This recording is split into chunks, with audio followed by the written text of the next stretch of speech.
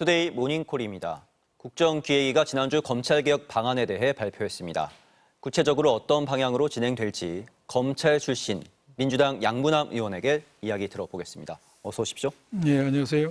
지난주에 검찰개혁 방안에 대해서 발표가 됐습니다. 알려진 대로 검찰청을 중수청과 공수청으로 나눠서 수사 기소를 이렇게 분리를 하고 법무부를 탈검찰화하겠다 이런 내용이었던 것 같은데 어떻게 평가하십니까? 발표된 대로 검찰 개혁안에 의하면은 검사의 수사권이 없어집니다. 그리고 검찰청이 폐지되고 역사의 뒤안길로 사라지죠. 이것은 수십 년간 유지되었던 우리 형사사법 체계의 근간을 바꾸는 문제로서 어떤 혁명적 전환이라고 생각이 듭니다. 검찰이라는 기관이 원래 국민의 인권을 보호하고 실체적 진실을 발견하는 게 본연의 사명이었는데 지난 윤석열 정권에서 검찰은 김건희, 윤석열 부부의 비리를 덮어주고 윤석열 정권에 반대되는 정적을 제거하는 데 검찰권을 남용한 것이죠. 즉 검찰이 국민의 검찰인 게 아니라 윤석열, 김건희를 위한 특정인을 위한 사임을 전임을 했다. 조직을 김건희, 윤석열 부부에 상납한 거죠. 조직을 상납했다. 조직을 상납한 거죠. 거기에서 얻어진 자업자득의 결과인데 저는 검찰에 오래 머무남았던 사람으로서 마음이 많이 아프죠. 또 이번 거 굉장히 중요한 게 어떤 권력을 가진 기관이라 할지라도 국민의 어떤 신뢰를 저버리면은 역사의 뒤안길로 사라진다는 걸 시사한 점에서 의미가 있다고 보여집니다. 긍정적으로 평가를 하시는 것 같은데 중수청이 행안부 안으로 들어가게 되는 겁니까? 그렇죠. 이제 중수청이 생기게 되면은 우리나라에 수사기관이 몇 개 있는 거 공수처가 있고 경찰이 있고 중수청이 있지 않습니까? 공수처는 현재 독립된 기관이죠. 그 현재 경찰이 행안부에 들어가 있습니다. 근데 중수청이 만약 행안부에 들어가는 현재 법안대로 된다면은 우리나라 수사기관 3개, 2개가 행안부에 들어간다. 이것은 검찰 개혁의 대전제가 됐던 게 권력기관의 견제와 균형이 되지 않아서 된 건데 권력기관, 수사기관 2개를 행안부에 둔다는 것은 그 배경이 맞지 않다. 그래서 저는 반대 의견을 가지고 있고 이 부분에 대해서 제가 행안부 장관 인사청문회 때도 이 문제점을 제기를 했어요. 그런데 제가 이 문제를 제기하니까 많은 시청자분들이 제가 검사 출신이니까 그러면 법무부로 가져가야 되냐.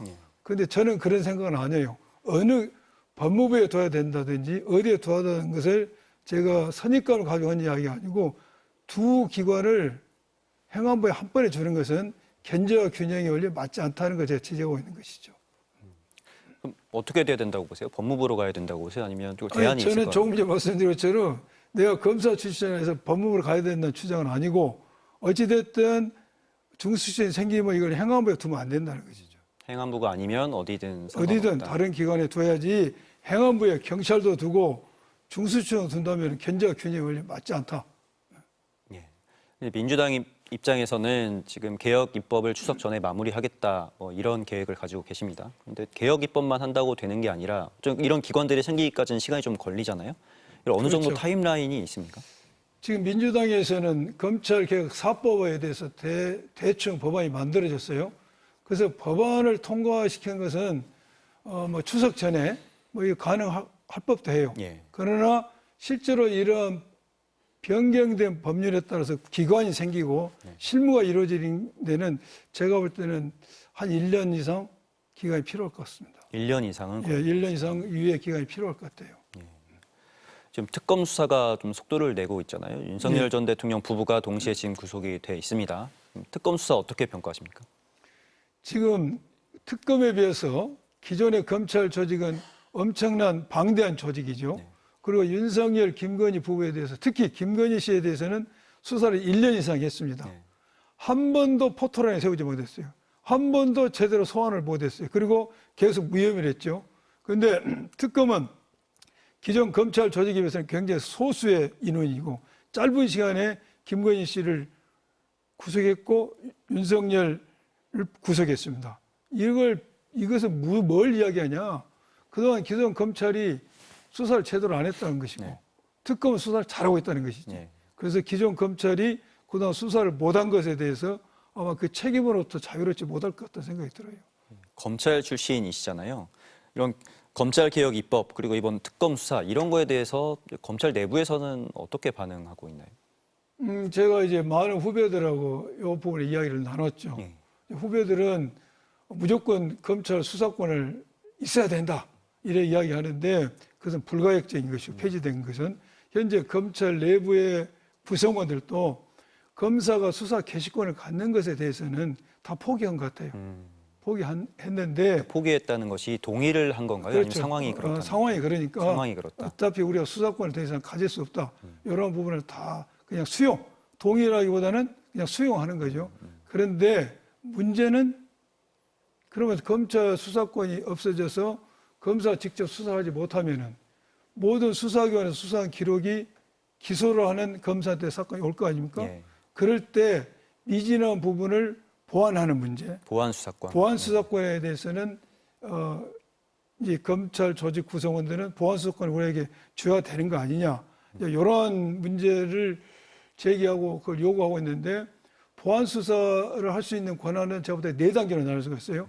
첫째는 검사에게 직접 보안 수사권을 주는 것이죠. 검사가 미비한 점을 직접 수사 확인하는 것이고 그 다음 단계는 경찰의 수사 지휘를 하는 것이죠. 그 다음 단계는 검사가 경찰에 요구를 할 수가 있는 것이고 예. 마지막은 아니야 검사 너희들은 그거 할 필요 없어 그냥 오는 대로 판단만 해 이러한 4단계 스펙트럼이 있을 수가 있는데 검사들은 직접 할 수 있는 보안 수사권 내지 보안 수사 지휘권까지를 가져야 된다. 가져야 된다는 것이고 이제 지난 검찰의 오남용의 논란 일이 정치권 우리 국민들은 아예 안 주자는 의견도 있죠. 그냥 판단만 해라. 예. 그래서 요 스펙트럼이 넘는데 이런 문제는 검사의 권한을 유지하냐 그 차원이 아니라 사건 당사자들의 이익을 봤을 때 어떻게 합리적인지를 가지고 이제 논의해야 될 문제라고 생각이 듭니다. 네, 좀 더 논의를 해야 될 예. 것 같네요. 아까도 지적을 하긴 하셨는데 검찰 수사에서는 무혐의 처분 받았던 것들이 특검 수사에서 줄줄이 나오고 있습니다. 왜 그랬었다고 생각하십니까? 소위 출세에 눈이 먼 정치 검찰들의 출세욕 그것 때문에 그런 것이죠.